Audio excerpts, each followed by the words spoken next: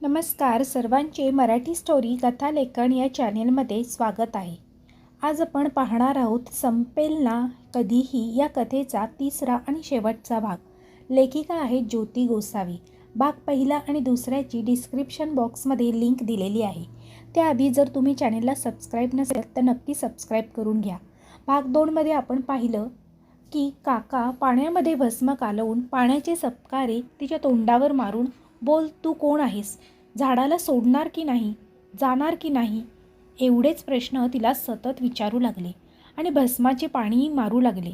भस्माच्या पाण्याचा मार पडल्यानंतर मारू नको मला लागतंय असे म्हणून ती कळवळायची. शेवटी जेव्हा तिला असह्य झालं तेव्हा ती रडायला लागली आणि ती सांगायला लागते की तू कोण आहे, तिचे नाव काय आहे. तर आता आपण तिसरा भाग पाहूया. ती खरोखरच एक आश्चर्यकारक घटना होती.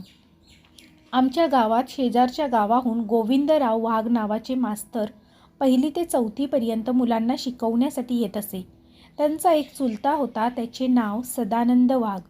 गरिबी आणि दारिद्र्यामुळे ब्रह्मचारी मेला. त्याला कोणी मुलगी दिली नाही. त्याला संसार करण्याची आणि स्त्री सुख उपभोगण्याची अपार इच्छा होती, परंतु ती पूर्ण झाली नाही. त्या अवस्थेतच त्याला वृद्धापकाळ आला आणि एक दिवस तो मरण पावला.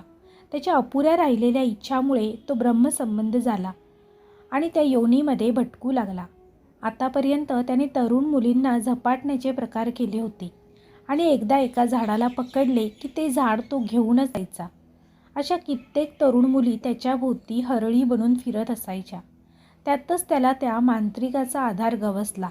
त्याची क्षुल्लकशी कामे तो करायचा आणि त्या बदल्यात त्याला नवीन नवीन मुली उपभोगायला मिळायच्या.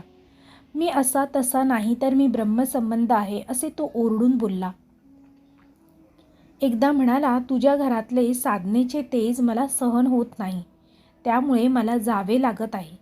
आणि त्यानंतर जोरजोरात हसू लागला आणि म्हणाला, तुमच्या असल्या गोष्टींनी मी कधी जाणार नाही. मी एकटा नाही, आम्ही 10-12 जण आहोत. तेव्हा आमच्या सर्वांची ताकद तुम्हाला भारी पडेल. तुम्ही देवांच्या मदतीने आम्हाला हरवू शकत नाही. सगळ्या घरावर एक अशुभाची छाया पडल्यासारखे वाटत होते. वातावरण कुंद होते. एकदम रात्रीची वेळ आणि शब्द, शांतता. पण अंधारात देखील एक दिवा शांतपणे तेवत होता आणि आलेल्या वादळाला तोंड देत होता. ती म्हणजे काकांची साधना आणि स्वतः काका. त्या घरातील 4ही जीव भेदरलेले तर होतेच, पण आलेल्या परिस्थितीशी झुंज घेण्याची क्षमता त्यांच्या अंगी होती. त्या घराचा आधारस्तंभ होते काका. त्यांच्या मदतीने सगळेजण आलेल्या परिस्थितीला तोंड देत होते. या घरात एवढे मोठे रामायण चालू आहे याची बाहेर कोणाला देखील काही जाणीव नव्हती. दिसायला सारे रोजच्याप्रमाणे सुरळीत चालू होते. आजूबाजूच्या ज्यांना काही कल्पना आली होती ते 7 वाजता त्यांच्या घराचे दरवाजे बंद करून बसत असे. रविवारची रात्र पण अशीच गेली.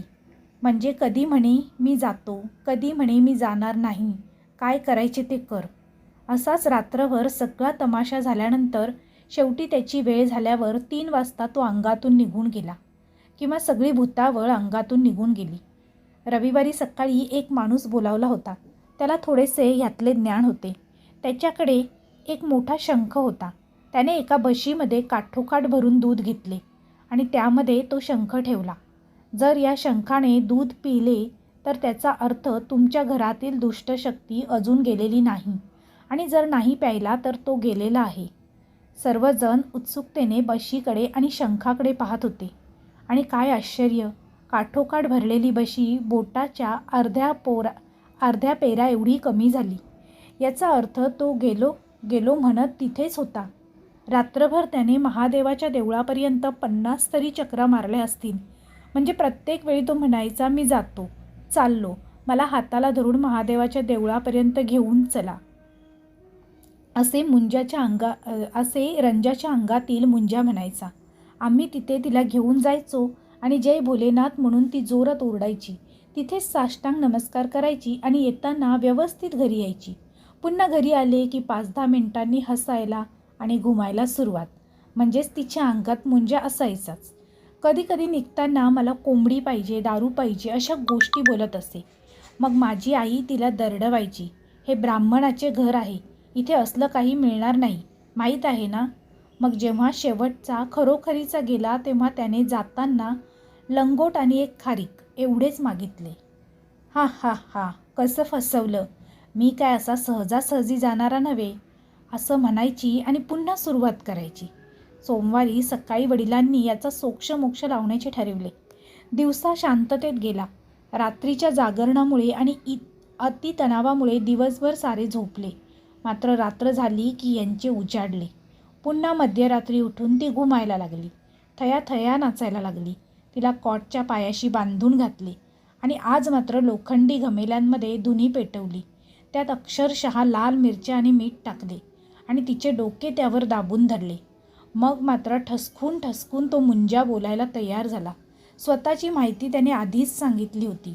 ती नंतर चौकशी केली असता ती माहिती तंतोतंत खरी ठरली.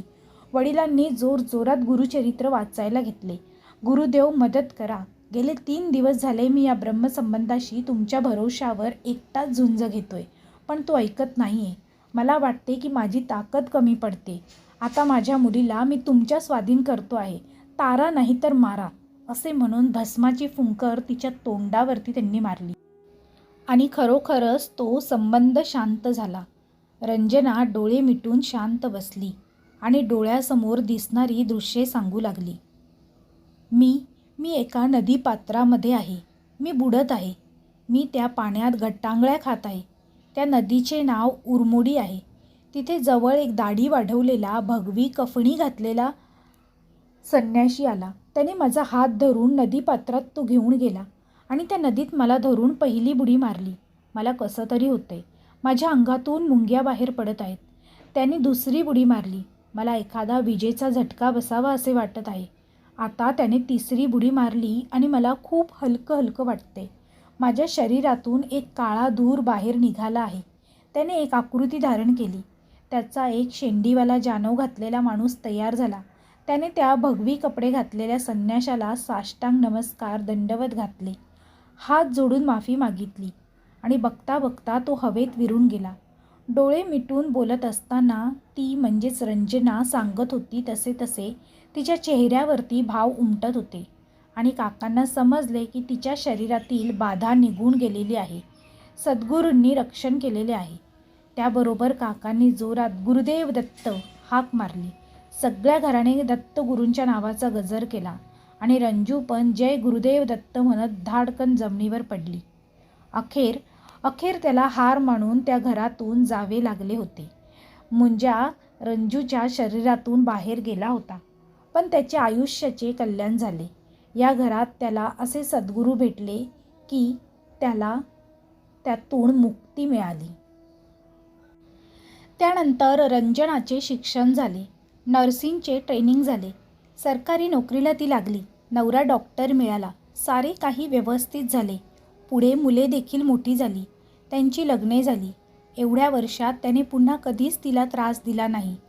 परंतु बहिणीकडे आयुष्यभर अतिरेकी संताप, म्हणजेच लेखिका सांगत आहे त्यांची बहीण रंजना हिच्याकडे आयुष्यभर अतिरेकी संताप, अतिराग, कोणाशी तरी भांडण करण्याची वृत्ती, यात कधी स्वतः सुखाने खाल्ले नाही आणि नवरा आणि मुलांनाही सुखाने तिने खाऊ दिले नाही. घरामध्ये सगळे काही छान चालू असताना अचानक कशावरून तरी हिचे म्हणजेच रंजनाचे बिनसणार आणि लहानशा गोष्टीवरून ही घरामध्ये आकांडतांडव मांडणार हे ठरलेलेच. त्यामुळे तिच्या घरात सतत स्फोटक परिस्थिती, सर्व मंडळी दबून राहणार आणि इच्छा नसेल तरीही तिच्या होलाच हो म्हणणार. अशा प्रकारे रंजनाचे आयुष्य चालू होते. त्यानंतर अनेक वर्षांनी आयुष्याच्या उत्तरार्धात मुलगी जावई यांच्यासह ती फिरायला गेलेली असताना हे सर्व लोक उज्जैनच्या महाकाल येथे गेले. आतापर्यंत बरीच तीर्थक्षेत्रे तिने केली होती, परंतु कुठेही असा अनुभव आला नाही जो महाकालमध्ये आला. महाकालाच्या दर्शनाला देवळात जाताना तिला अंगातून काहीतरी सर्कन बाहेर पडल्यासारखे वाटले. ती आत देवळात दर्शनाला गेली आणि बाहेर पाहिले तर तो ब्रह्मसंबंध देवळाच्या प्रवेशद्वारावर हातामध्ये स्वतःचे लिंग धरून थया नाचताना दिसला. तो तिला ओरडून आणि हसून सांगत होता, तुला काय वाटले? मी गेलो? एवढी वर्ष कुठे गेलोच नव्हतो. मी तर तुझ्यामध्येच होतो. म्हणूनच मी तुला आणि तुझ्या कुटुंबियांना कधी सुखाने जगू दिले नाही. तुझ्या अंताबरोबरच माझा अंत होणार आहे. तुझ्याबरोबर मी एक अख्खं आयुष्य जगलो. अतिराग, अतिमैथून, अतिहव्यास या सगळ्यात शिडूशूला तुझ्याबरोबर मी उपभोगले. ती घामाने डबडबून गेली. तो फक्त तिलाच दिसत होता. तिला मंदिरामध्ये एकदम गुदमरल्यासारखे वाटले. शंकराच्या देवळात तिला धीर धरवेना. कसाबसा नमस्कार करून ती बाहेर आली. ती बाहेर आल्याबरोबर तो पटकन तिच्या शरीरात शिरला. तिला एकदम बरं वाटलं. तिला देखील त्याच्याबरोबर आयुष्य जगण्याची आता सवय झाली होती. त्याच्याशिवाय तिचे आयुष्य नव्हते आणि तिच्या अंताबरोबर त्याचा अंत होणार हेही निश्चित. ती दोघेही, ती आणि तो, एकरूप झाले होते. जसे काय रंजना आणि मुंजा यांचे रंजा आणि मुंजा झाले होते. समाप्त. तर ही कथा इथेच संपते. ही कथा काल्पनिक नसून लेखिकाच्या बहिणीच्या बाबतीत घडलेली सत्यकथा आहे अशा त्या सांगत आहेत. या कथेपासून कोणतीही अंधश्रद्धा तर पसरवण्याचा हेतू नसून जे लेखिकेने सांगितले आहे तेच मी या कथेत मांडलेले आहे. जर तुम्हाला ही कथा आवडली असेल आणि असेच कोणाला जर विचित्र अनुभव आले असतील तर नक्की कमेंटद्वारे कळवून तुमचा अभिप्राय सांगा. त्याचप्रमाणे जर ही कथा आवडली असेल तर जास्तीत जास्त तुमच्या मित्रपरिवारासोबत शेअर करायला विसरू नका. कथा आवडली असल्यास व्हिडिओला लाईक करा आणि चॅनेलला सबस्क्राईब करा. तसेच बेल आयकॉनवर क्लिक करून ऑलवर सेट करा म्हणजे तुम्हाला नवनवीन व्हिडिओचे असेच नोटिफिकेशन लगेचच मिळतील. पुन्हा भेटूया अशीच एक नवीन आणि सुंदर कथा घेऊन. तोपर्यंत सर्वांना धन्यवाद. Bye bye.